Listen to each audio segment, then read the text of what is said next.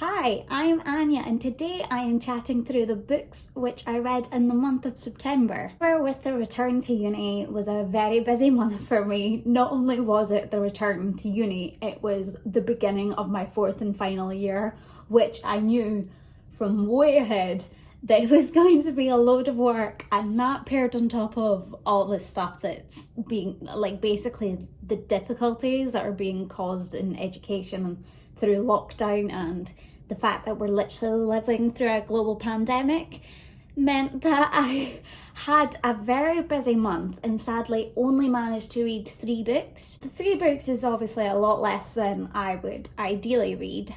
However, with those 3 books, I also managed to complete my Goodreads goal for the year.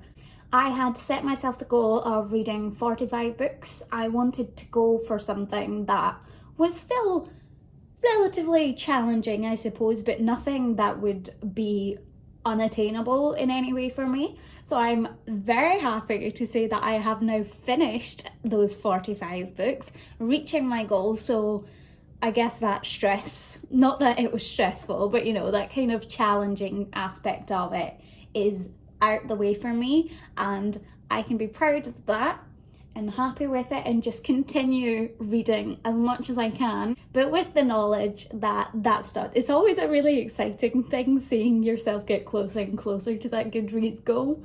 I will link my Goodreads account down below if you want to check out any of my past reviews on things, or if you want to keep up with me as I'm reading the books, because I do tend to keep the page updates and stuff. I just find that a very useful website in terms of keeping up and marking what I read. So with that, let's get into the books I actually read in September. The first of those was Holy Sister by Mark Lawrence.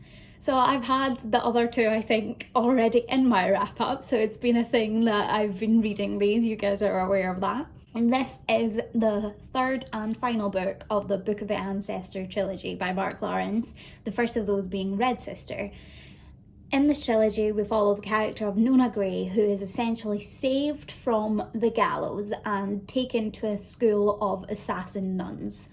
This story really expands beyond just the convent where Nona lives, but we see her and her friends grow and basically start to interact with other forces within the Empire.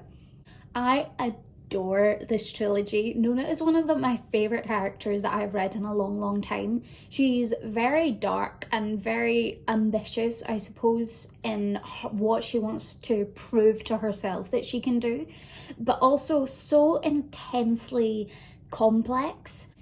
This book obviously takes place a lot further on in the story, actually bringing it all to a close, so I can't talk much about it without giving away spoilers. I absolutely enjoyed this, as I thought I would. As usual, I particularly loved the action and also just the schemes that Nona cooks up with her friends and how she gets ahead of basically her adversaries is so much fun. I will say this book felt a little slightly worse paced than the previous 2 books. We do have a time jump between the second book and Holy Sister of about 2 years, which, unless it's like a deliberately slow moving epic fantasy series anyway, I don't tend to be the biggest fan of time jumps because I prefer things seen actually on the page that we get to experience with the characters. Sadly, I do think that took a little bit of it away from me in terms of enjoyment and really wanting to watch that story unfold, because I feel like we got landed again with the characters not quite the place where I wanted to be, and I did think it could have been a bit longer in terms of expanding all of that. But that's partly because I loved it so much and I could have just kept reading if it was double the length that it was. I did ultimately really enjoy this book. I thought it was a really satisfying conclusion to the trilogy, and I'm sad that it's done. I gave this 4 out of 5 stars. The next book I read is an exciting one because I've talked about wanting to get it off my TBR pile, and that is Miss Peregrine's Home for Peculiar Children.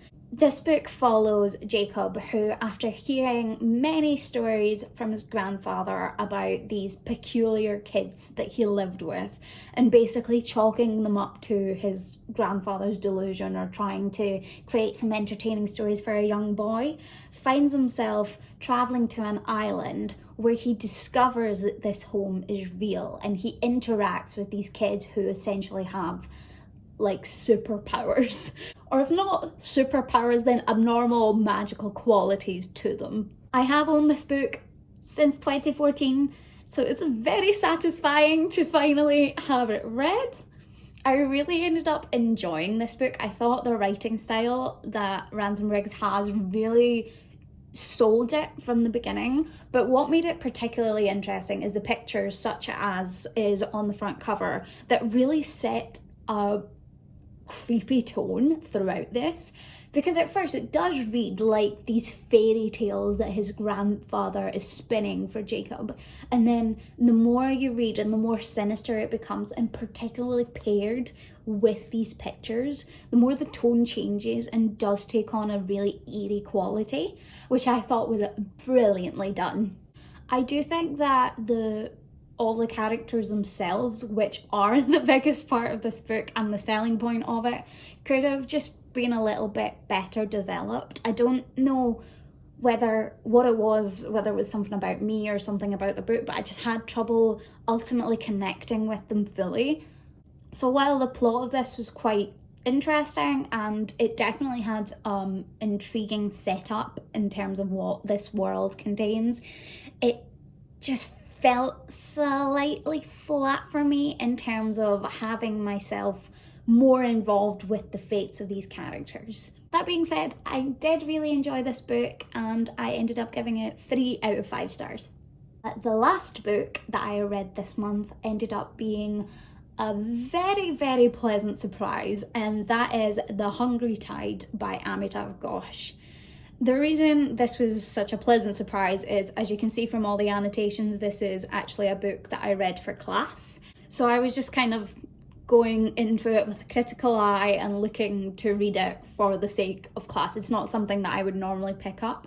However, I felt myself completely drawn in and really loved this story. This book is set in the outskirts of India, where in a congregation of islands, a marine biologist and a businessman basically find their fates intertwined, and we explore the existence of these islands and the people who live there.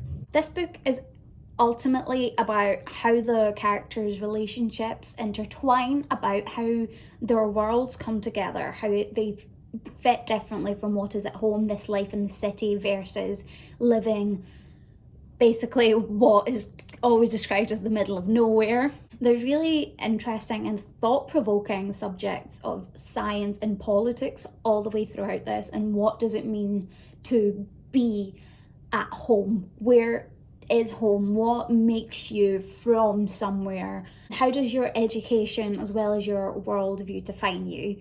I thought the characters in this were all super strong in terms of having very distinct personalities and also very believable choices that they made. The plot itself isn't necessarily as big a part of this. I suppose it does centre more around the character of Pia, who is a cytologist, and she's there to basically discover as much as she can about the Irrawaddy dolphins. And the plot does act as a major catalyst to everything else that happens. And I think that's partly why I just thought everything in this book was so wonderfully tied together. The prose as well was wonderfully written, nothing too heavy like I sometimes tend to find with, books that I'm reading for class. Overall, I thought this was just a really interesting story, had brilliant characters, a wonderfully crafted setting that really felt like it transported you to these islands in India, and I thought had a really interesting dealings with the subjects of politics and identity. I actually ended up giving this book 5 out of 5 stars, so I was very pleased with this read overall. That's it from me today. Thank you guys so much for watching, and I'll see you all soon.